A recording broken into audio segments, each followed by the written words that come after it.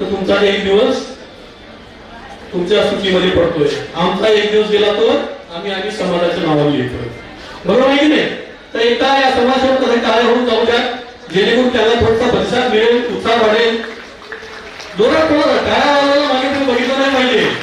मागच्या बेंचवरनं पालकांना सुद्धा म्हणतोय, त्यामध्ये आम्ही जे समाजसेवक काम करतोय हे फक्त आम्ही काहीतरी समाजाचा दिलं लागतोय.